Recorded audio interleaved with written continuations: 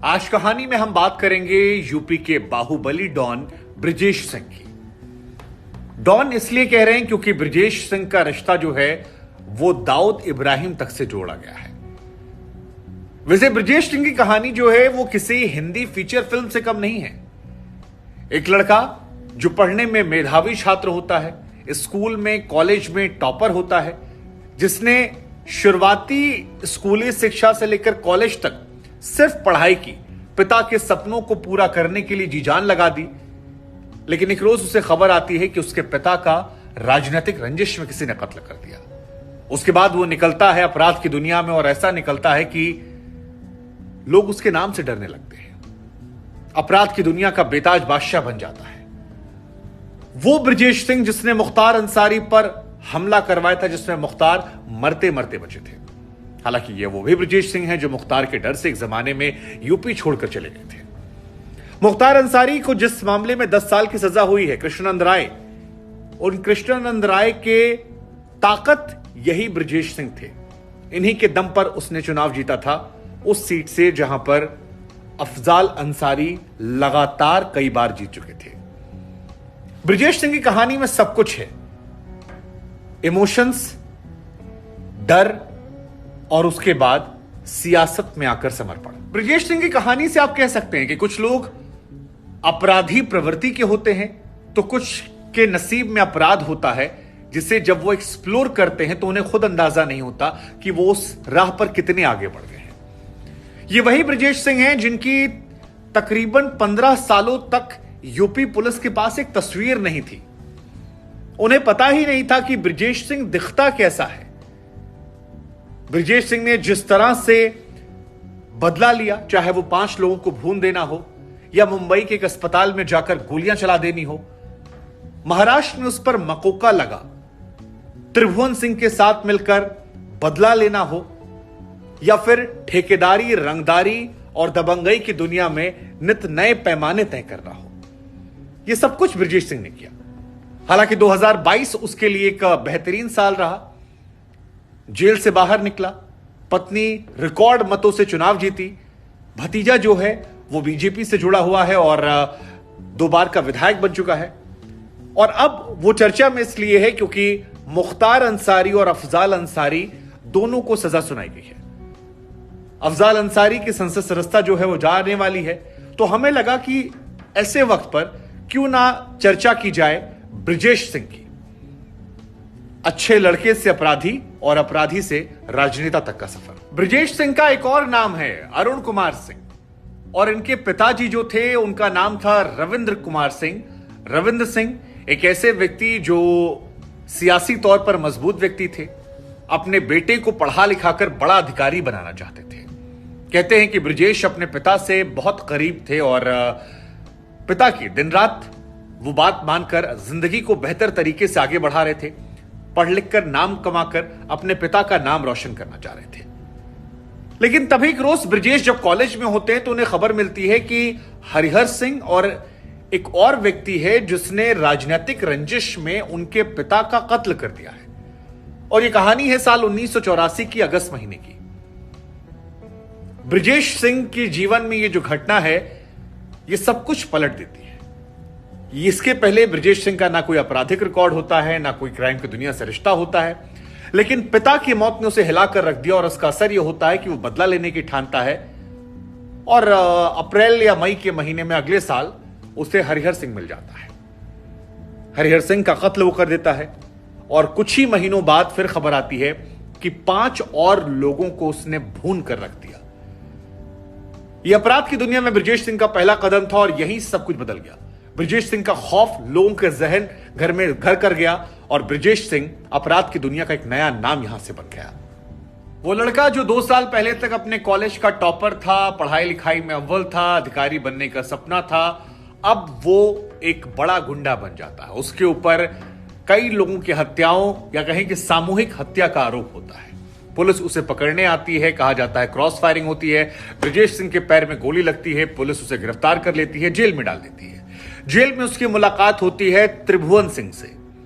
त्रिभुवन सिंह वो शख्स जो इस दौर में इस इलाके पर अपना दबदबा रसूख बना रहा था। ब्रजेश शुरुआत कर रहा था, दोनों एक ही राजपूत समाज से आते थे, लिहाजा दोनों में दोस्ती हो जाती, और इसके बाद जो कुछ होता है वो पूर्वांचल के इतिहास में हमेशा हमेशा के लिए दर्ज हो जाता है। ब्रजेश सिंह और त्रिभुवन सिंह की दोस्ती ने पूर्वांचल में गैंग वॉर और बाहुबल का ऐसा नमूना पेश किया जिसके किस्से कहानियां आज भी लोग साझा करते हैं। यह वो दौर था जब मुख्तार अंसारी का एक रसूख हुआ करता था और मुख्तार अंसारी के सामने त्रिभुवन सिंह और ब्रजेश सिंह ने अपनी पैठ जमानी शुरू कर दी थी। तमाम जगहों पर ठेका लेना शुरू कर दिया था, बंगाल से लेकर बिहार, बिहार से लेकर उत्तर प्रदेश और तमाम राज्यों में इन दोनों ने अपनी पैठ पसारना शुरू किया और धीरे धीरे ये मजबूत हो। ब्रजेश सिंह के जीवन की दो घटनाएं ऐसी हैं जो उसे बहुत खतरनाक बना देती है। पहली घटना साधु सिंह के द्वारा किए गए हत्या एक पुलिस कांस्टेबल की। दरअसल माफियागिरी, गुंडागर्दी एक तरफ मुख्तार अंसारी कर रहे थे, एक तरफ ब्रजेश और त्रिभुवन कर रहे थे, लेकिन इसी में साधु सिंह नाम के एक शूटर ने हत्या कर दी एक कांस्टेबल अरुण की। कांस्टेबल अरुण जो था वो त्रिभुवन सिंह का भाई था और इसके बाद बदला लेने का भूत जो था वो ब्रजेश पर सवार हो गया था। कहा जाता है कि अस्पताल में घुसकर ब्रजेश सिंह ने साधु सिंह की हत्या की थी। इस घटना से लोग कांप गए थे, हिल गए थे, और इसके बाद ब्रजेश मुंबई चला जाता है। मुंबई में दाऊद इब्राहिम का वो खासम खास बन जाता है। दाऊद इब्राहिम उसे रहने के लिए जगह देता है, हथियार, ऐसी चर्चाएं निकल कर आती हैं। और इसके बाद ये वो दौर था जब अरुण गवली गैंग और दाऊद इब्राहिम के बीच में लड़ाई झगड़े चलते थे, गैंग वॉर होती थी। और मुंबई के जेजे अस्पताल में एक टास्क मिलता है जिसमें ब्रजेश सिंह फिल्मी अंदाज में जाकर जेजे अस्पताल में शूट आउट करता है और अरुण गवली गैंग के तमाम लोगों को मार देता है। कहते हैं कि इस घटना ने दाऊद इब्राहिम को भी हैरान कर दिया था कि ऐसे कौन करता है। जिस तरह से शूट आउट हुआ था वो कहानियां रोंगटे खड़े करने वाली है। इसके बाद महाराष्ट्र सरकार ने ब्रजेश सिंह पर मकोका लगा दिया था और ब्रजेश डॉन बन चुका। एक जमाने में साधु सिंह जो था वो मुख्तार अंसारी के लिए काम करता था। मुख्तार अंसारी पर भी आरोप लगे थे अरुण की मौत को लेकर, जो कांस्टेबल अरुण थे, त्रिभुवन सिंह के भाई को लेकर। इधर त्रिभुवन सिंह, ब्रजेश सिंह काफी मजबूत होते जा रहे थे। मुख्तार 1996 में विधायक बन चुके थे और सियासी तौर पर उनकी पकड़ जो है वो ब्रजेश सिंह को परेशान कर रहे थे। इसी बीच में ब्रजेश सिंह की दोस्ती होती है कृष्णानंद राय से।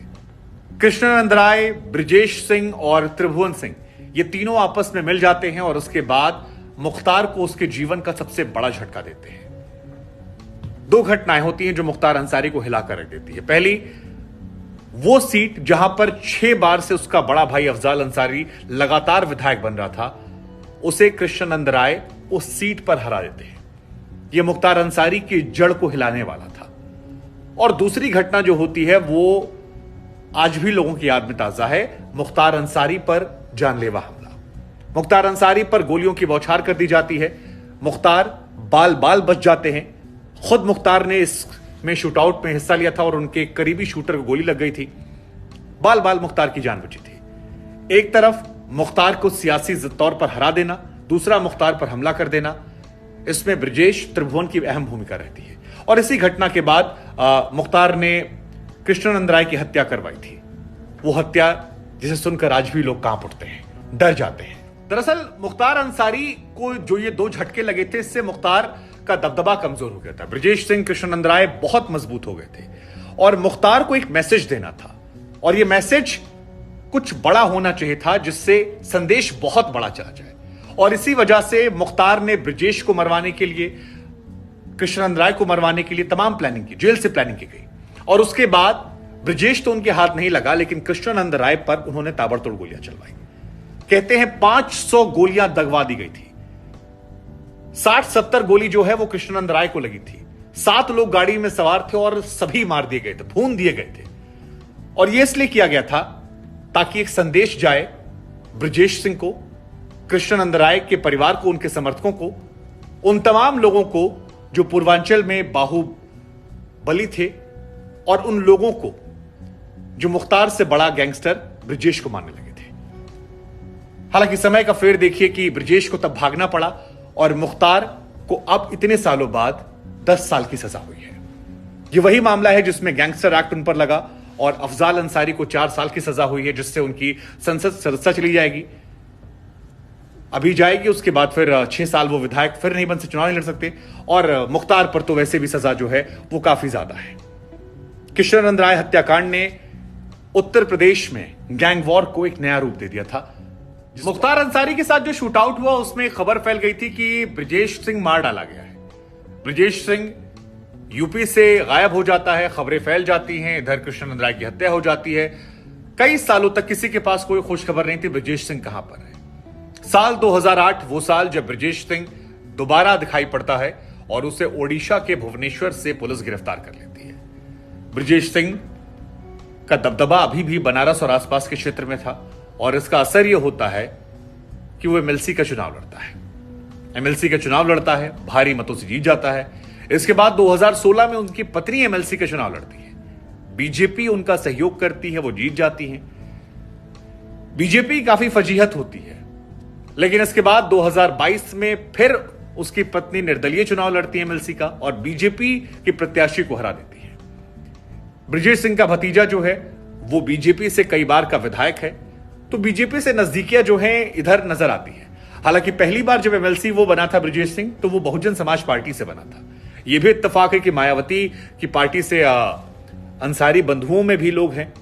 अतीक अहमद ने भी कभी कहा था कि मायावती के यहां पर आप पार्टी में नहा कर जाइए, पैसा देकर आइए और टिकट मिल जाता है। खैर जो भी है, पूर्वांचल में गैंग वॉर, बाहुबल का जो इतिहास ब्रजेश और मुख्तार का रहा है, उसकी किस्से कहानियां किसी फिल्म से कम नहीं और ना ही फिल्म से कम है ब्रजेश सिंह की कहानी।